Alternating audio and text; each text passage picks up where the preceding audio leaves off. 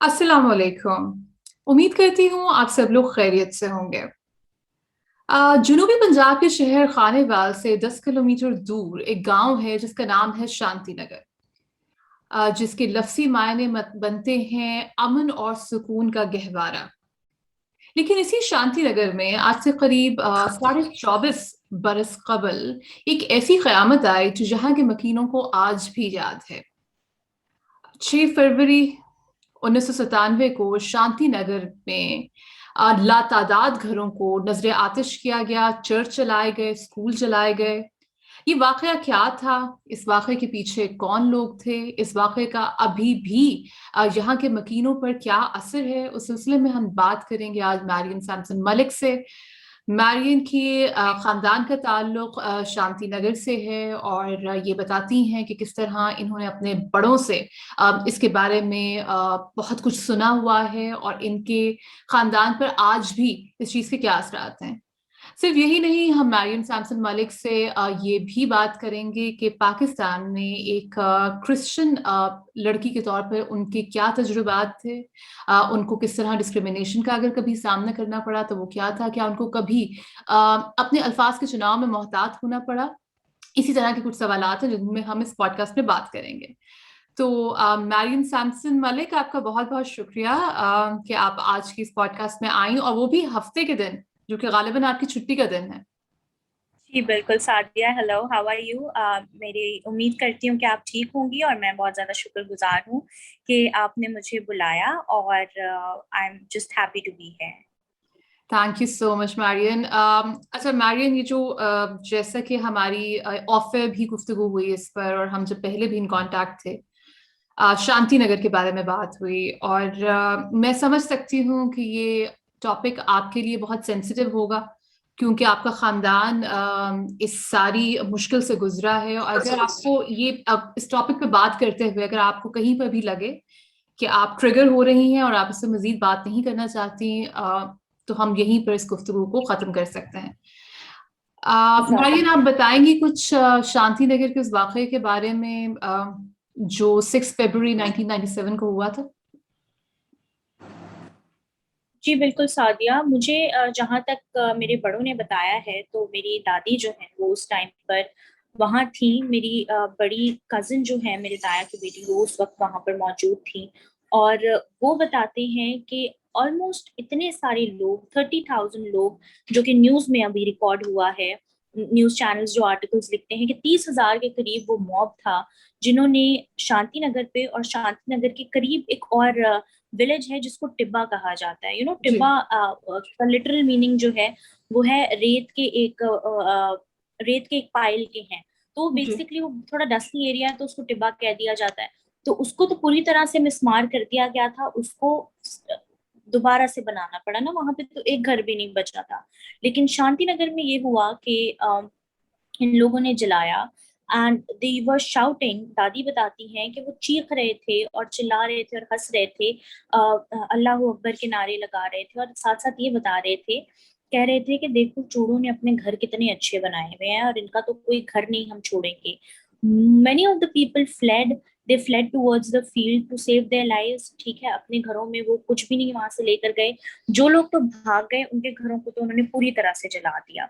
मेरी दादी बताती हैं कि जो सबसे आखिरी वाला कमरा था, हर हर घर में गांव में होता है, वहां पर वो लोग क्रॉप स्टोर करते हैं, कॉटन स्टोर करते हैं और दीगर और अशिया को स्टोर किया जाता है। तो वहां पर जो बोरियां थी वो बताती हैं कि हमने वहां पे छुप कर अपनी जान बचाई। दादी थी, मेरी सबसे छोटी वाली फुप्पो थी और मेरे ताया की बेटी थी।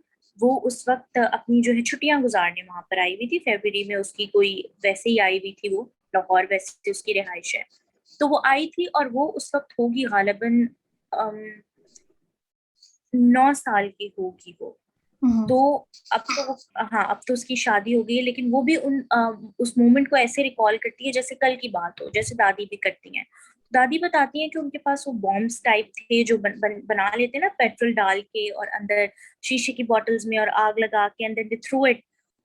तो जहां जिस भी जगह पर उसको फेंका जाता है तो वहां पर आग लग जाती है। तो इस तरह से वो लोग, उनके पास कोई एडवांस्ड एम्यूनेशन नहीं थी। अगर वो होती तो आप सोचे कि वहां पे जानी नुकसान कितना होता। अगर उनके पास बंदूकें होती, गोलियां होती, उनके पास सिर्फ आग थी, डंडे थे, उन्होंने कोई शीशा नहीं तोड़ छोड़ा। शीशे जिन घरों में लगे हुए थे उनको उसने बिल्कुल मिसमार कर दिया, और कच्चे घर तो बिल्कुल ही ना बच सके।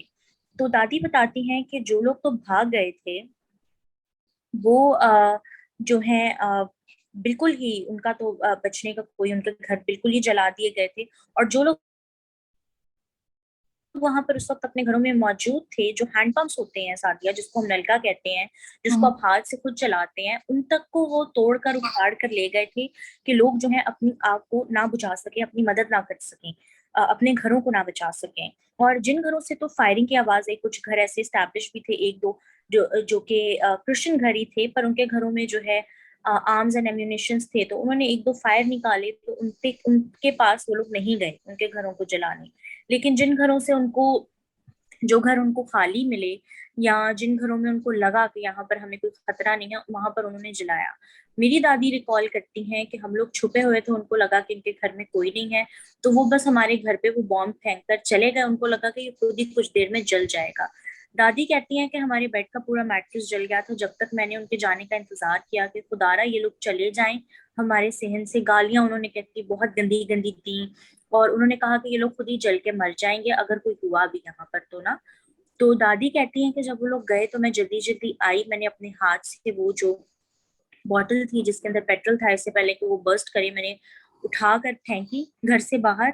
एंड मैंने नलका हमारा वो ऐसा हुआ खुदा का करना कि छोड़ गए थे उसको, हैंड पंप को उन्होंने नहीं उखाड़ा था, तो वो बताती हैं कि मैंने उसको चला चला कर जो है फेंका, पानी उसमें से भर भर कर जो है बेड पर फेंका। And even if I recall, you know, I I it gets blurry. और वो कहती हैं कि जब मैंने उसकी मैट्रेस की आग बुझाई, और अभी तक सादिया वो बेड जो है हमारे पास है, क्योंकि वो ऊपर से जल गया उसकी थोड़ी थोड़ी लकड़ी, तो वो प्लाईवुड हमने चेंज किया, बट नीचे जो उसका एक साइड है बेड की जो कि जली हुई है, उस पर मार्क्स हैं। और बहुत सारे फर्नीचर पीसेस बहुत घरों में ऐसे हैं जो कि जल गए थे, और वो लोग अभी तक यूज कर रहे हैं। और उसके बाद ये हुआ कि शहबाज शरीफ साहब, ऑब्वियसली पीएमएलएन की गवर्नमेंट थी पंजाब में, तो वो लोग आए, उन्होंने काफी जो है इमदाद की और सब कुछ किया, वो तो अच्छा हुआ। वो तो हम मानते हैं कि चलो गवर्नमेंट का जितना सपोर्ट था वो अच्छा मिला, उस पर कोई किसी को एतराज नहीं है। बिकॉज आई रिकॉल दादी भी कहती हैं कि जिन लोगों के कच्चे भी घर थे ना, गवर्नमेंट ने उनको पक्के घर बनवा कर दिए दोबारा से, और वो हैं भी अभी तक, रेड ब्रिक्स के घर बने हुए हैं वहां पर जब मैं भी जाती हूँ तो।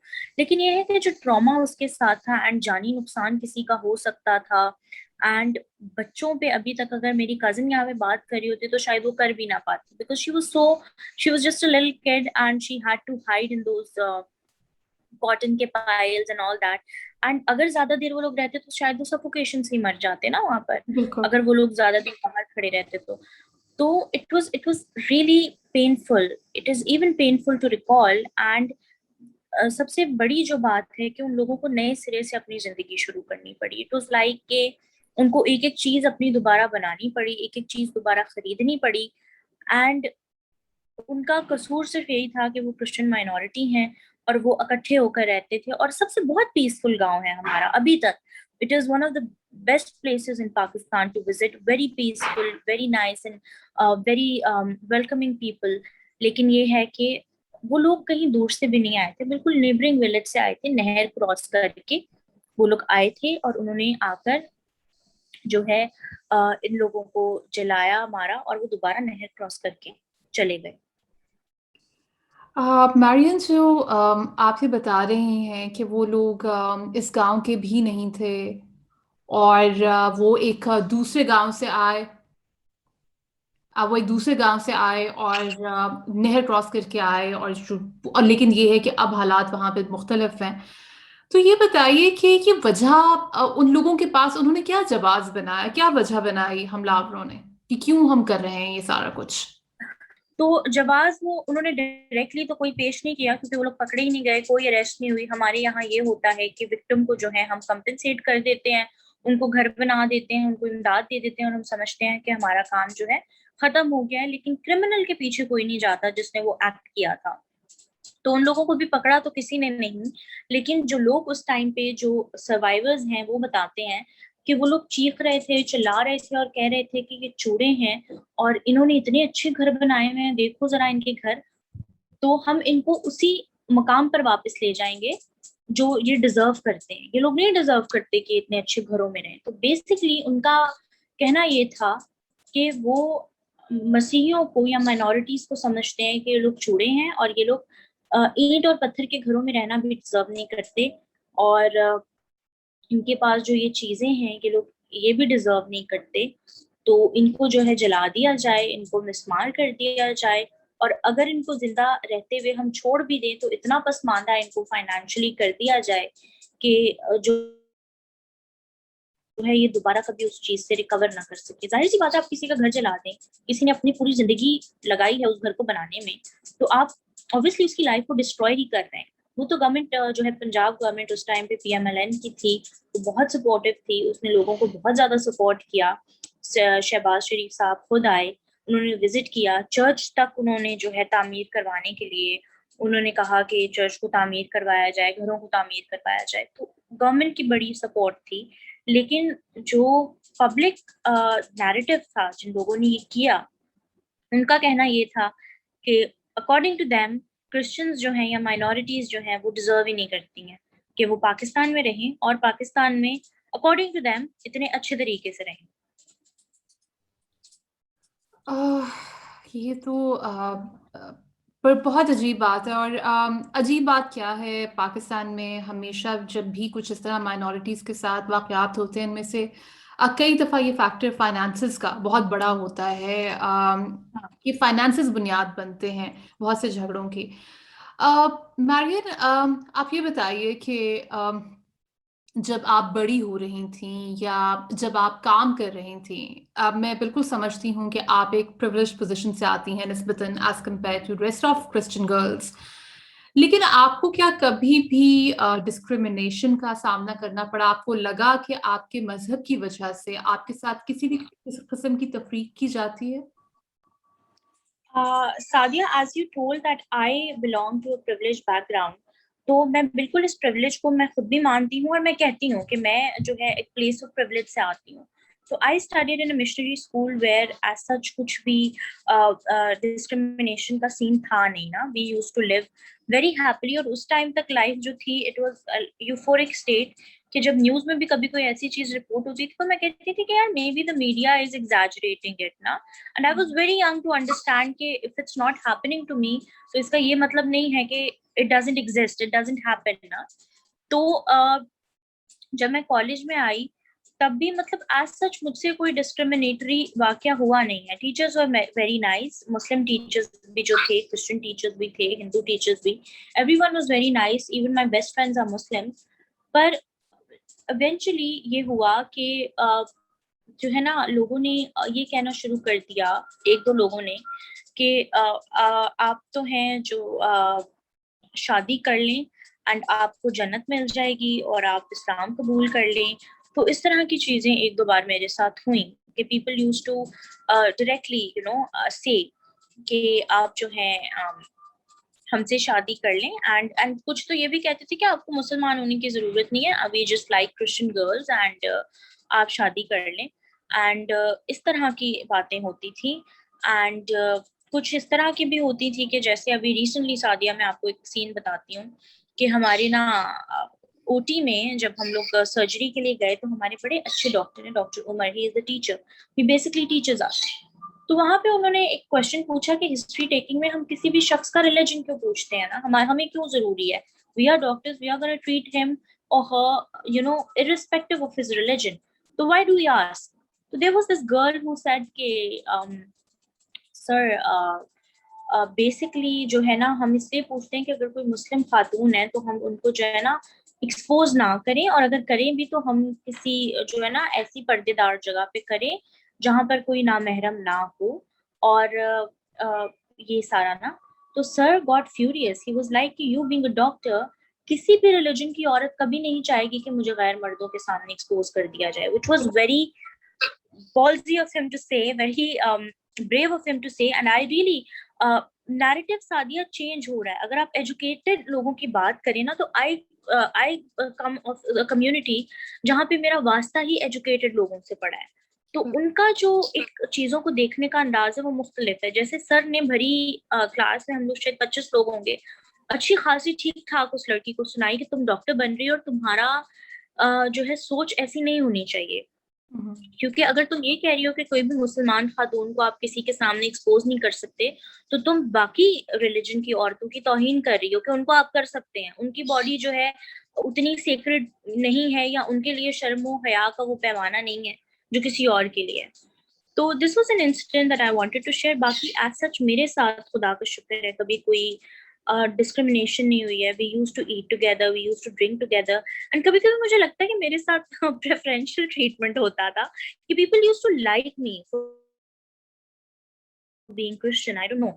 There are many friends, many of my Muslim friends, that they used to be very, comfortable with me because they used to say कि यार तुम जज नहीं करती हो, because वो वहाँ पे sectarianism कभी आ जाता है। I have many Shia friends, तो वो लोग मेरे best friends हैं, तो वो लोग कहते हैं कि we feel very comfortable with you because you don't let us down for being Shia as our Sunni friends do। तो ये सारी कहानियां। बाकी एक दो जगह पे ये हुआ है कि प्रपोजल्स आ गए हुए हैं और ये कहा गया है कि मुसलमान हो जाएं, शादी कर लें, बस ये एक दो दफा हुआ है, वो भी मैंने ठीक ठाक बेइज्जत कर दिया था, तो उसका मुझे कोई इतना मलाल नहीं है, तो मैंने अच्छी खासा एजुकेट कर दिया था उन लोगों को। वो आइंदा, इसका मतलब है कि वो आइंदा किसी भी क्रिश्चियन, हिंदू या हाँ सिख लड़की को प्रपोज करने से पहले हाँ, सोचेंगे, क्योंकि मैरियन ने उनका जो ट्रीटमेंट उस वक्त कर दिया था, तो या आई होप सो। आपने सबक सिखा दिया था। तो मैरियन, अब एक मेरा सवाल और भी है, वो भी आपके ग्रोइंग अप डेज से ही रिलेटेड है, और वो ये है कि जब आप बड़ी हो रही थी, जाहिर बात है जब बच्चे छोटे होते हैं उनको मजहब का उस तरह कॉन्सेप्ट नहीं होता कि मैं किस रिलीजन से हूँ या मैं डिफरेंट हूँ या बाकी लोग मुझसे मुख्तलिफ हैं। बच्चों को इन चीज़ों का उस तरह अंदाज़ा नहीं होता, और ये और बात है कि अब बच्चों में भी वो चीज़ आ रही है। तो क्या आप जब बड़ी हो रही थी, आपके घर वालों ने आपको कुछ समझाया था कि थोड़ा सा अपने अल्फाज के चुनाव में मुहतात रहना है, ये बात बाहर नहीं करनी, किस तरीके से मुसलमानों के साथ उठना बैठना? बिल्कुल, हमेशा जो है अभी तक सादिया, अब तक जो है हमें यही सिखाया जाता है कि देखो कोई ऐसी बात मत कह देना, और जब भी कोई कोई ऐसा केस होता है ब्लास्फेमी का, तो वो एकदम से वो दोबारा सब कुछ ट्रिगर हो जाता है, और वो जो है दोबारा पेरेंट्स जो है उन सब चीजों को रीइंफोर्स करना शुरू कर देते हैं ना। इवन दो माय पेरेंट्स, तो अगर मैं कभी किसी पॉडकास्ट में बुलाई जाऊं, उससे पहले भी मुझे एक लंबी चौड़ी जो है वो रीइंफोर्स कर रहे होते हैं कि देखो प्लीज ध्यान से रहना, ये करना वो करना, प्लीज ऐसे मत कहना। एंड साथ ही दिस इज द रीजन कि बहुत सारी जो इंस्टेंसेस हैं वो रिपोर्ट ही नहीं हो पाते हैं ना, माइनॉरिटीज पे वायलेंस के, कि हम लोग डर जाते हैं या हम लोग कहते हैं कि जी हाँ सब कुछ अच्छा है, जब हमें अपॉर्चुनिटी मिलती भी है कहने की। तो अभी तक पेरेंट्स जो हैं यही बातें बताते हैं, अभी तक पेरेंट्स जो हैं यही कहते हैं कि खुदारा खुदारा कभी ऐसी बात मत करते ना। अभी तक जैसे एक बहुत ग्रोइंग अप, अभी भी कॉलेज में भी अभी मेरे साथ रिसेंटली एक वाकया हुआ, मुझे अब भी याद आया वो, कि मेरी एक फ्रेंड थी, जिसने फ्रेंड तो नहीं थी, एक्विंटेंस थी, वी वर सिटिंग, और ना हमारे कॉलेज में जो एक प्रोफेसर हैं, उन्होंने शादी की हुई है क्रिश्चियन खातून से, और वो खातून भी प्रोफेसर है, तो वो दोनों आते हैं, उनके दोनों के अपने नाम हैं, अपनी आइडेंटिटीज हैं, उन दोनों में से किसी ने ना तो मजहब चेंज किया है ना तो अपना नाम चेंज किया है, ठीक है, और बड़ी हारमोनियस तरीके से वो अपना रिलेशनशिप चला रहे हैं। एंड दे आर बेसिकली, उनकी लव मैरिज थी, and they are so such a cute couple they are, कि कभी आप उनको देखें तो आपका लव पे जो बिलीफ है ना वो रिवाइव होता है। तो हम लोग बैठे हुए हैं बात कर रहे हैं, और किसी ने कहा कि आपको पता है कि वो जो मैम है उनके हस्बैंड तो ये हैं, एंड मैम तो क्रिश्चियन है और हस्बैंड जो है मुसलमान है। तो उन्होंने, तो एक शख्स ने कहा कि अहले किताब से जो शादी है वो जायज है, तो क्रिश्चियंस अहले किताब हैं तो उनसे आप कर सकते हो शादी। तो उसमें एक लड़की कहती है कि लेकिन बात तो ये है ना कि बाइबल बदल गई है, बाइबल तो इन लोगों ने बदल दी है। And I was sitting there and I was so furious and I wanted to correct that girl, पर मैंने नहीं किया। मैंने सोचा मैं करूं, फिर मैंने सोचा मैं ना करूं, और अब मुझे बहुत बुरा फील होता है कि मैंने क्यों नहीं किया। पर मुझे उसको उस टाइम पे ये कहना चाहिए था कि हालांकि हम सब अपनी एज के लोग हैं, एक ही एज के यंगस्टर्स हैं, कोई किसी जो है किसी से ज्यादा नहीं है, कोई बड़ा नहीं है, लेकिन फिर भी मैं इंटिमिडेट हो गई, मैं चुप हो गई कि यार कि मेरे साथ कुछ हो ना जाए। I am new in this university and तो ये खौफ और डर जो है ना सादिया, ये सबकॉन्शियसली नो मैटर आप कितने ही प्रिविलेज पोजीशन से क्यों ना हो, ये आपके साथ रहता है, ये हम्म, नहीं जाता। मुझे उस टाइम उसको कहना चाहिए था कि यार मतलब हाउ डू यू नो कि बाइबल बदली है, do you have the original copy of it so you can compare with the existing one to tell that you know we have done the amendments और changes. तो बचपन से जो है ये तो हमने बहुत सुना है कि बाइबल बदल गई है, आप तो झूठे हैं, आप तो काफिर हैं। और जो है मतलब 4 से 5 साल का बच्चा भी सादिया आप कभी देखे ना, उसके मुंह पे भी आप ये बात हमेशा सुनेंगी कि क्रिश्चियन काफिर है, शिया काफिर है, और जो है बाइबल बदल गई है। और हिंदुओं को तो वो किसी उसमें रखते ही नहीं है ना, उनको तो वो सीधा कह देते हैं कि they worship idols, they are काफिर। सो ये सारी बातें जो है आप बच्चों के मुंह से सुनेंगे, और मैंने अभी तक सुनी अपने एरिया में खेलते हुए बच्चों के मुंह से सुनी है कि काफिर काफिर, शिया काफिर, and they themselves are Muslims. So this is what we are teaching the upcoming generation. जहाँ अच्छी चीजें हैं वहाँ बुरी चीजें भी अभी तक प्रिवेल कर रही हैं, एंड आई डोंट थिंक कि हम कोई बहुत अच्छी तरफ मूव कर रहे हैं। So that's it. मैरियन, अब मैं आती हूँ अपने एक और सवाल की तरफ, and this is going to be our second last question. तो ये है कि देखिए, क्योंकि मैंने भी पाकिस्तान से पढ़ा है, और पाकिस्तान में हमें ये बताया जाता है, जब हमें आइडेंटिटी के बारे में सिखाया जाता है स्कूल्स में भी, तो ये कहा जाता है कि हम पाकिस्तानी हैं, हम मुसलमान हैं, जो एक जनरल हाँ, नैरेटिव है हमारे करिकुलम में। तो आप ये बताइए कि आप जब बड़ी हो रही थी, क्योंकि आप एक क्रिश्चियन बच्ची थी, आपके जाहिर बात है कि घर में एक और मजहब प्रैक्टिस होता था, और स्कूल में आपको एक डिफरेंट बात आप सुन रहे होते हैं, तो क्या कोई कभी कोई आइडेंटिटी क्राइसिस हुआ? कभी ये लगा कि मैं मुख्तलिफ हूँ इनसे, ये बात क्या हो रही है?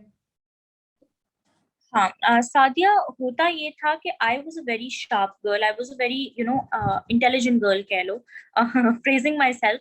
शुरू से कि मैं सेंसिटिव थी और मैं बहुत सारी चीजों को समझती थी। I use to read a lot. Hmm, तो मुझे बहुत बातों की समझ जो है अपनी एज के लोगों से बहुत पहले आ गई, और हम्म, मैं फिर उसी तरह मैंने मूव भी करना स्टार्ट कर दिया। मैं बहुत केयरफुल हो गई उन चीजों को लेके। लेकिन दुख मुझे इस बात का होता था, मैं मिशनरी स्कूल से बिलोंग करती हूँ, तो वहां पर तो एज सच हम लोग ईद भी सेलिब्रेट करते थे, मिलाद भी होती थी, क्रिसमस भी होता था, ईस्टर के पेजेंट्स भी हुआ करते थे, एंड हम लोग सारे मुस्लिम, क्रिश्चियन बच्चे, हिंदू बच्चे सब मिलकर उसको सेलिब्रेट करते थे। हिंदू बच्चे तो नहीं थे, एक ही दफा एक स्टूडेंट था हमारी क्लास में, हम्म, तो उसके लिए भी हमारी टीचर मेड श्योर कि जिस दिन होली हुई थी तो हमने पूरा सॉफ्ट बोर्ड अपना डेकोरेट किया था for Holi. So this was the environment that I grew up in. और लेकिन एक एक दो बार ये होता था, दुख होता था, जब मैं चैप्टर्स पढ़ती थी और उनमें जो है कहीं पे मुझे मेरे जैसा कोई नहीं दिखता था। तमाम किताबों में, इंग्लिश की किताबें क्योंकि हम ऑक्सफोर्ड की पढ़ते थे, तो वो उनमें मुझे नजर आता था कि देवर पीपल जिनके इंग्लिश नाम थे, और देवर पीपल जो कि मेरी तरह मुझे लगते थे। पर उर्दू की किताबें हो गई या पाकिस्तान स्टडीज में, वहां पर जो है हमेशा यही होता था कि हम पाकिस्तानी हैं, हम मुसलमान हैं, और पाकिस्तान जो है मुसलमानों के लिए बनाया गया है। तो ये बात जब मैं बार बार पढ़ती थी कि मुसलमानों के लिए बना है, मुसलमानों के लिए बनाया गया है, मुसलमानों का मुल्क है, तो वो जो है थोड़ा सा मेरे लिए डेट्रीमेंटल था। टू दैट एक्सटेंट कि मैंने सोचा था कि I move out from Pakistan ना, I leave this country, because if it's not mine तो मेरा क्या जवाब बनता है यहाँ पे रहने का ना। वो तो जब बड़े हुए तो बहुत सारी बातें समझ आई कि जितना उनका है उतना ही मेरा भी है। पर पहला नोशन जो सादिया के बाद क्रिएट करती है ना कि पाकिस्तान मुसलमानों के लिए तख्लीक किया गया, वो ये है कि आप अपनी माइनॉरिटीज को डिसोन करते हो, और वहां पर एक बच्चा जो है वो ये सोचता है कि यार जब मेरा है ही नहीं तो why am I staying here. और जो आप में सेंस ऑफ रिस्पॉन्सिबिलिटी है ना जो आपकी क्रिएट होती है just because a place belongs to you, वो आप में कभी नहीं हो पाती है। तो ये था कि बहुत सारी चीजें मतलब ऐसा था कि यार ये मुल्क मेरा नहीं है, सबसे पहले तो ये था।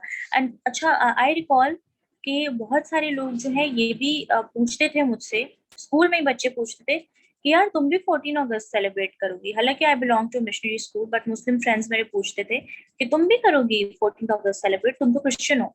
तो वो एक बहुत अजीब सी सिचुएशन थी। फिर मैं घर आके मामा से पूछती थी कि मामा मुझे ऐसे किसी ने बोला है। तो मामा कहती थी अच्छा आप उनको बोलो ना कि पाकिस्तान तो मेरा मेरा कंट्री भी है। तो मामा used to explain the flag कि white part is for you and all that stuff. तो तब जाके मुझे थोड़ा सा अच्छा फील होता था। लेकिन ये है कि हमारे करिकुलम को बहुत जरूरत है कि उसको चेंज किया जाए। Pakistan should not be labelled कि इट इज फॉर मुस्लिम्स और it was created for Muslims, because बाकी लोग भी यहाँ पर रहते हैं एंड उनके सेंटिमेंट्स का उन भी ख्याल होना चाहिए। जो आपने बात मैरियन की है ना करिकुलम की, अब तो करिकुलम में और बहुत से चेंजेस आ गए हैं, क्योंकि हम जो एक सिंगल नेशनल करिकुलम की बात कर रहे हैं और वो एक अलहदा डिबेट है। लेकिन आपकी जो आपने ये बात कही है मेरे ख्याल में ये बहुत अहम है कि पाकिस्तान में रहने वाली रिलीजियस माइनॉरिटीज भी हैं, और जो करिकुलम है उसमें उनकी भी रिप्रेजेंटेशन होनी चाहिए, ताकि वो बच्चे जिनका ताल्लुक रिलीजियस माइनॉरिटीज से है उनको ये ना लगे कि वो ये मुल्क उनका नहीं है, क्योंकि मुल्क तो सबका बिल्कुल। है। अब मरियम मैं आती हूँ अपने आखिरी सवाल की तरफ, और आखिरी सवाल ये है, आखिरी सवाल है या आप इसको अब मुझे ये समझ नहीं आती कि लिंग्विस्टिकली इसको सवाल कहना चाहिए या नहीं। हाँ हाँ। लेकिन मैं आपसे ये कहना चाहती हूँ कि क्या कोई ऐसी बात है जो आपको लगता है कि आपने जो अभी सवालात हुए हैं उनमें मिस हो गई हो, कोई ऐसी बात आ, जो आप कोई पैगाम देना चाहें पाकिस्तानियों के लिए इस सिलसिले में कि किस तरीके से वो रिलीजियस माइनॉरिटीज के बच्चों को ये एहसास दिला सकते हैं कि ये मुल्क उनका भी उतना ही है जितना बाकी सबका।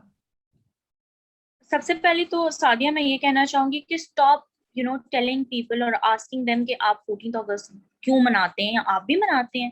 जैसे मेरे हिंदू फ्रेंड्स थे उनसे लोग पूछते थे, उनको मजाक में लोग बोलते थे कि हाँ तुम तो 15 अगस्त मनाओगे। And it is such an insensitive joke to to even joke about this stuff. It's so insensitive.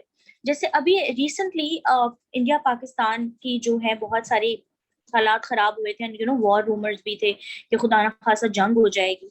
तो उसमें भी लोग कह रहे थे कि हिंदू फ्रेंड्स को कहते हैं कि जी तुम तो इंडिया को सपोर्ट करे, और वो बेचारे बैफल हो जाते हैं यार, उनको गुस्सा आता है, वो आंखें से बाहर चले जाते हैं सीरियसली कि बिल्कुल। यार इन्होंने हमें बात ही करती है। इट्स इक्विवेलेंट कि आप किसी को गाली दे रहे हैं। सीरियसली उनका रिएक्शन बेचारों का, उनका फेस रेड हो जाता है। और वो मतलब कि प्लीज डू नॉट कभी ऐसा ना करें कि माइनॉरिटीज को अपनी जो है फेथफुलनेस प्रूव करनी पड़ जाए आपको। एंड आई पर्सनली फील कि ये बहुत डेरोगेटरी है कि राह चलता शख्स जो है माइनॉरिटीज की फेथफुलनेस को क्वेश्चन कर रहा है या उनकी पेट्रियोटिज्म को क्वेश्चन कर रहा है कि भाई तुम 14 अगस्त क्यों मनाते हो। तो मतलब हालांकि हो सकता है कि वो लोग आपसे ज्यादा, एंड आई बिलीव कि वो लोग आपसे ज्यादा ही पेट्रियोटिक हैं, क्योंकि जब आप किसी सिटीजन ऑफ पाकिस्तान को जो है इक्वल नहीं समझते तो आपकी पेट्रियोटिज्म को मेरा दूर से सलाम है। ठीक है, आपको मतलब आपकी ₹2.5 की पेट्रियोटिज्म जो कि आप सिर्फ ये समझते हैं कि just because you belong to a certain religion तो you are more Pakistani than them. तो this is wrong and this is detrimental and this is just self proclaimed patriotism. Because अगर आप सच्ची में पेट्रियोटिक होते तो आप पाकिस्तान को एज इट इज एक्सेप्ट करते, with the green, with the white, and with all the colors that it has. And secondly मैं ये कहना चाहूंगी कि स्कूल्स को ये करना चाहिए, because I belong to missionary school, तो वहां पर ये जिस तरह से मैंने बताया कि हम लोग क्रिसमस भी सेलिब्रेट करते थे, ईद भी करते थे, मिलाद भी, and I used to host the मिलाद। ठीक है, hmm. My friends used to bring gajras for me and we used to sit there. And पूरी जो नात और हम जब पढ़ी जाती है हम लोग बैठते थे, और हम लोग उतना ही कुरान मजीद का एहतराम करते थे जितना हम बाइबल मुकद्दस का करते हैं। और आज भी जब भी कहीं भी तलावत होती है तो मेरी पहली इनवॉलंटरी इंस्टिंक्ट यही होती है कि मैं जल्दी से अपना सर कवर करती हूँ। हम्म। we've been in the so I believe कि बच्चों को शुरू से सिखाया जाए, क्रिसमस सेलिब्रेशंस भी हो, ईद सेलिब्रेशंस भी। और मेरे जो मुस्लिम फ्रेंड्स स्कूल के लेवल के हैं अभी तक, उनका मुझे सादिया आज भी जो है क्रिसमस पे मैसेज आता है, ईस्टर वो मुझे विश करते हैं, मैं उन्हें विश करती हूँ। तो आई गेस इट्स ब्यूटिफुल। जहां पर अभी तक बहुत सारे लोग ये डिस्कस करते हैं या किसी को मेरी क्रिसमस बोलना हराम है या किसी को विश करना हराम है या हलाल है, वहां मेरे कुछ ऐसे फ्रेंड्स भी हैं स्कूल के लेकिन वो लोग स्कूल के हैं, क्योंकि उन्होंने तो ये सब साथ हमने देखा है ना सेलिब्रेट बिल्कुल। होता हुआ। वो लोग मुझे स्पेशली मैसेज करते हैं कि यार क्रिसमस की कोई बॉनफायर हो तो हमें जरूर बुलाओ, और हम्म। उनको नहीं बुलाती तो वो लोग ऑफेंड होते हैं कि यार तुमने हमें नहीं बुलाया। Same goes with the Eid के barbecues, we you know enjoy everything together. तो अगर बच्चों को आप ग्रास रूट लेवल से सिखाएंगे कि ये लोग कोई एलियंस नहीं है, और सेलिब्रेशन में इन्वॉल्व करना, सादिया गम में शरीक होना तो एक दूसरी बात है। आप पहले एक दूसरे की खुशी में शरीक हो ताकि आप एक दूसरे को अंडरस्टैंड करें, और आपको पता हो कि आप लोग इंसान हैं, इंसानों को इंसान रहने दें rather than dividing them in sects। And honestly आप कभी अगर एक दूसरे के साथ बैठेंगे ना तो आपको रियलाइज होगा कि डिफरेंसेस तो कम है, सिमिलैरिटीज बहुत ज्यादा है। तो बिल्कुल। Basically I would just say कि सेलिब्रेट करें पाकिस्तान को, हार्मनी क्रिएट करें, और प्लीज कभी पर्सनल लेवल पे आई डोंट हैव एनी क्या कहते हैं, उम्मीद नहीं है मुझे गवर्नमेंट से कि ये कुछ करेगी, सिंगल नेशनल करिकुलम भी आ गया, करिकुलम में चेंजेस आएंगी, लेकिन individual attitudes I guess it can be contributing factor towards a better tomorrow। Marion, आपने अपने खूबसूरत नोट पर इस पॉडकास्ट का इख्तिताम किया है कि अगर हुकूमती सतह पर कुछ नहीं भी होता तो हम इनफरादी सतह पर, इंडिविजुअल सतह पर हम ज़रूर कुछ ना कुछ कर सकते हैं, और हमें चाहिए कि हम अपने हिस्से का जो दिया जला सकते हैं वो तो ज़रूर जलाएं। मारियन, बिल्कुल। आपका बहुत बहुत शुक्रिया। और मैं नाजरीन को ये बताती चलूँ कि मैरियन, जो कि मुझे पहले बताना चाहिए था, कि मैरियन एमबीबीएस की स्टूडेंट हैं। She is a very young person, लेकिन आप देख सकते हैं कि कितनी आर्टिकुलेट हैं और कितनी मैच्योरिटी है इनके थॉट्स में। सो मैरियन, बहुत बहुत शुक्रिया कि आपने thank you so much Sadia. इतनी आपके साथ बात करके मुझे, हालांकि हमने जब शुरू किया था तो वो एक बड़ी, हमने ग्रेव टॉपिक के ऊपर बात की थी, बहुत संजीदा मौजू था, और उसके बाद जो आपने जिस तरह इस गुफ्तगू का इख्तिताम किया है वो इतने पॉजिटिव नोट पर किया है। मेरे ख्याल में इसी से बहुत से लोगों को एक सबक मिलना चाहिए कि हालात जिस तरह के भी हों, हम फिर भी आगे बढ़ सकते हैं, हम फिर भी अपने तौर पर कोशिश कर सकते हैं। और जो चीज़ हम सबको करने की ज़रूरत है वो ये है कि एक दूसरे की खुशियाँ बांटें। जैसे मैरियन ने कहा कि गम बांटने की बात तो बहुत बाद में आती है, पहले एक दूसरे के साथ खुशियाँ बांटना तो सीखिए, ताकि आपको ये ना लगे कि आपके ही मुल्क में रहने वाले आप जैसे ही सिटीजन्स, बल्कि जो पाकिस्तान में रहने वाली रिलीजियस माइनॉरिटीज़ हैं, ये वो लोग हैं जो कहीं से हिजरत करके नहीं आए, ये वो लोग हैं जो बिल्कुल। शुरू से इस धरती के बासी थे, और जब तकसीम हुई हिंदुस्तान की तो इन लोगों ने पाकिस्तान रहने का फैसला किया। और अब मेरे ख्याल में पाकिस्तान में रहने वाले सब लोगों को इस बात का एहसास करना चाहिए, इस बात का त्याग करना चाहिए कि पाकिस्तान की खूबसूरती ही इसकी डाइवर्सिटी में है। ये पॉडकास्ट बिल्कुल। देखने का बहुत शुक्रिया। और अगर आप लोगों के कोई सवालात हैं तो कमेंट्स में ज़रूर आगाह कीजिएगा। अगली पॉडकास्ट के साथ दोबारा मुलाकात होगी, तब तक के लिए खुदा हाफिज़।